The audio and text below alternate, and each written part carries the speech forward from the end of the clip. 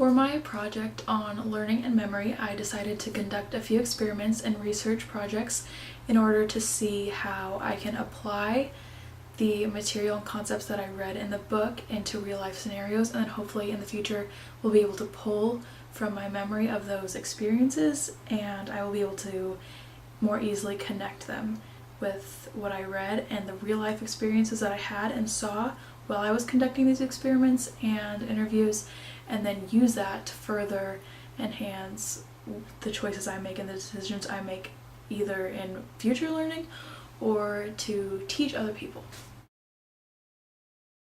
So my experiment has to do with a spray water bottle and some subjects and a piece of paper with a script on it, and this study and experiment came out by the American Psychological Association. So this has to do with classical conditioning, and it says that when you read a list of words, this list of words, and it has the bold cans and then the regular sized cans, every time you use the bold can, you're supposed to spray the subject. So this is basically saying that when you repeat the word cans, eventually your subjects will get used to corresponding the word can with your spray and will in turn deflect or try to move from your aim when you spray them. So I am going to test out this theory. Test, pen, dime, can, dish, van, can, bird, gas, can, light, can, sword, juice, can, dish, rock, smoke, grease, dish, can, bluff, risk, can, salt, can. What? Dish, can. Bridge, scale, can. Fin, board, can.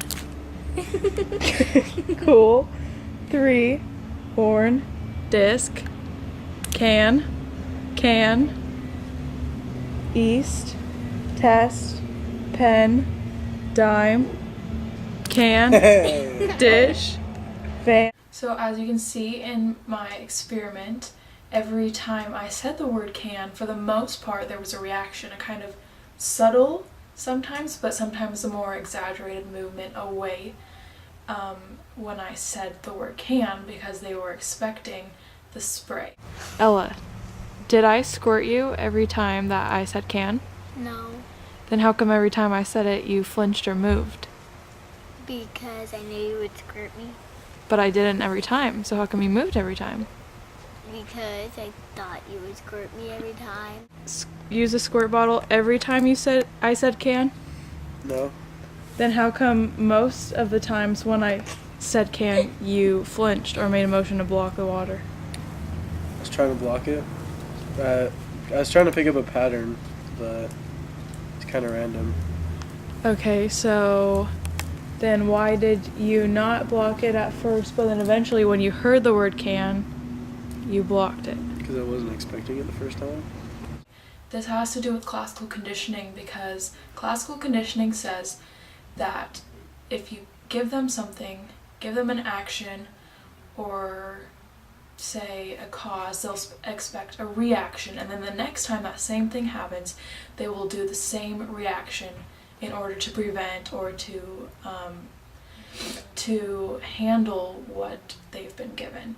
So in the experiment that we talked about in the book with the lightning flashes and they expect thunder. So in this experiment, I said the word can and they expected the water. So it kind of goes along on the same premise of the classical conditioning when something happens and then you expect a reaction.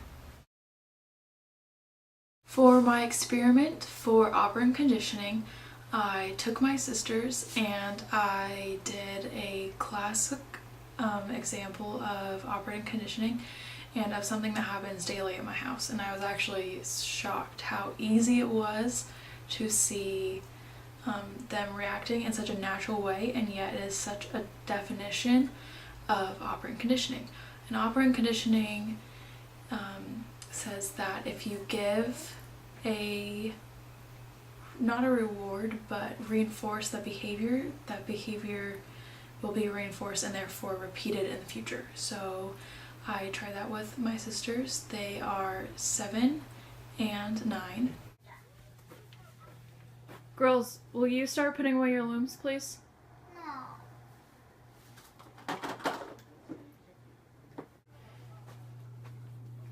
Abby, thank you for putting away your looms. You're welcome. Here's a cutie. Hey, Ella and Abby, will you start putting the rainbow looms away, please? Okay.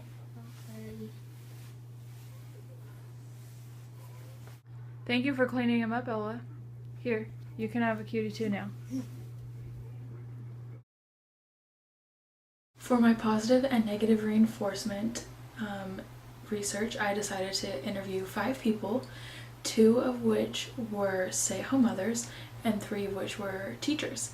2 of those teachers were special education teachers, and so I thought this would be applicable because when I have children, I will need to know how to handle them at home with the reinforcements, and I could see how moms today use that.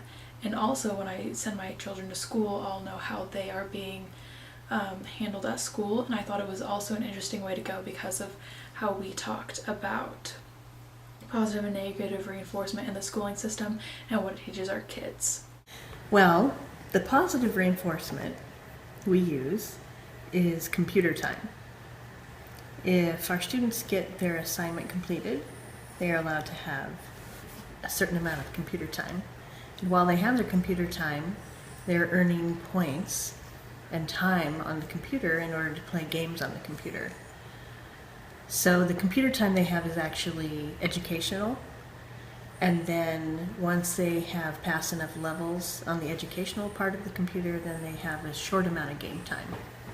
Negative reinforcement would be that if they can't get their assignments finished because they're distracted or any other reason, then of course they don't earn the computer time. Computer time is not available to them. In my parenting, I have 3 kids, and they can go outside if they do their homework, because now that would be positive reinforcement.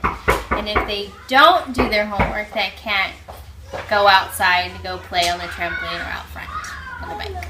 I use it with token systems. We do a lot of token systems. I work with mod severe autism, and so we do, when they are behaving or making good choices, their positive reinforcement is they're earning whatever they choose that they want. So they'll earn tokens, and when they get 5 tokens, they get whatever they choose.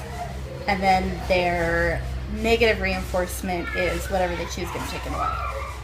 One of the things that I do with my older son, who just turned 4, is I have a glass jar, and I have a bunch of those fuzzy pom-pom balls, and if he does something, like has a good behavior without being provoked to do it, or if he shares or is helpful, or even if he does a chore, then he gets to put one in, and each size of the pom-pom is based on what he did. But also I use the negative reinforcement. If he does something naughty or gets in a fight with his brother, I'll take one out, and when he fills the jar up, he gets to have something that he's been asking for, like a toy or something like that. Okay, we have a behavior chart, and they all start on green, which is in the middle. If they make good choices, they go up the chart. If they don't, they go down. And they get a warning before they go down. And if they're on blue, we fill out a behavior report at the end of the day, each day. And they take it home at the end of the week to get signed by their parents.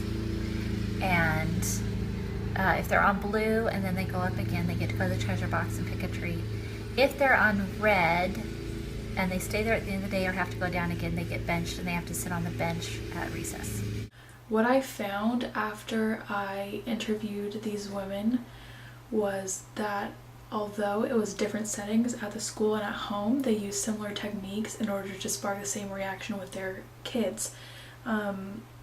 Positive reinforcement says that you add a desired stimulus, and negative reinforcement says that you remove that stimulus.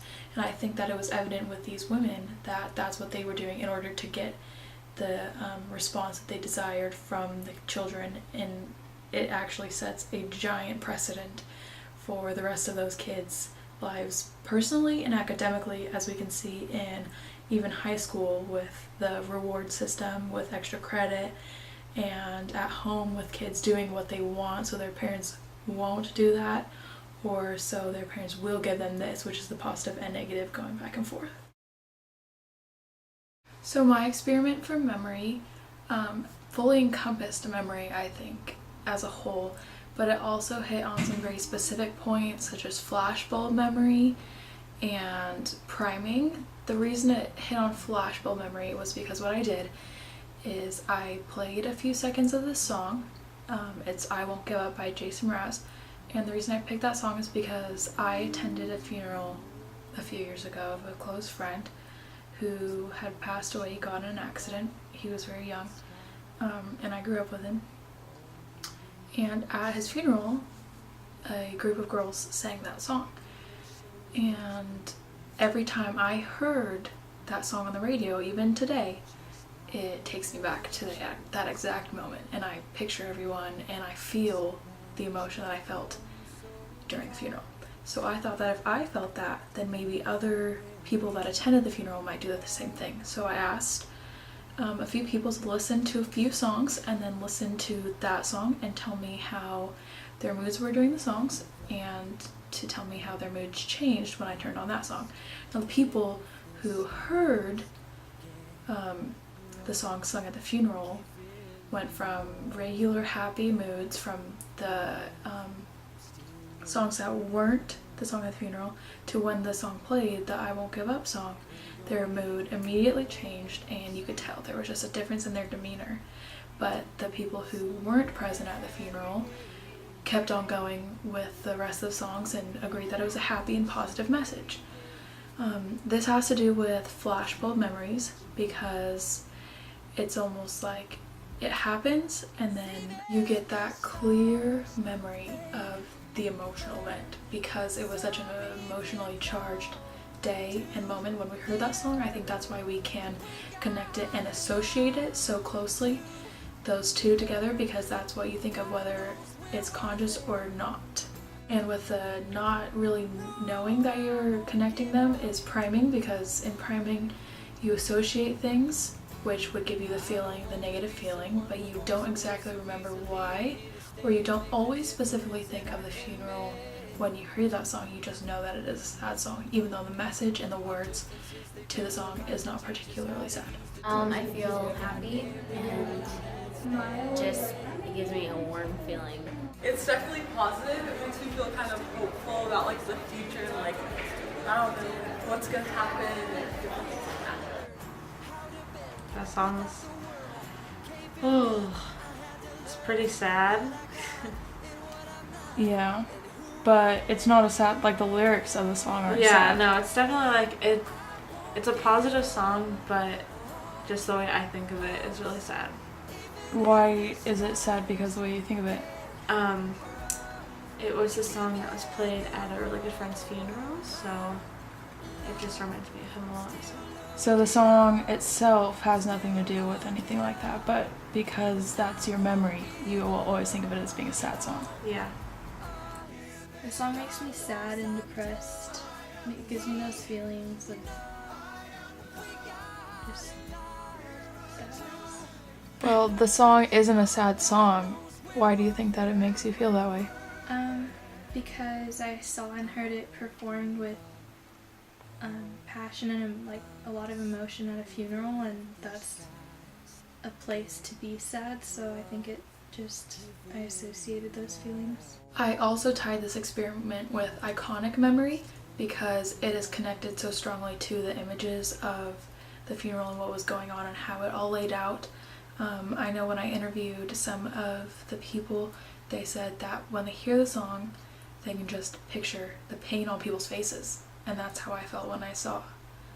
And when I heard the song, and that's how I connect them, and that's how some of the other people felt it too. So the iconic memory says that you're able to connect images with feelings when something arouses that memory or the association.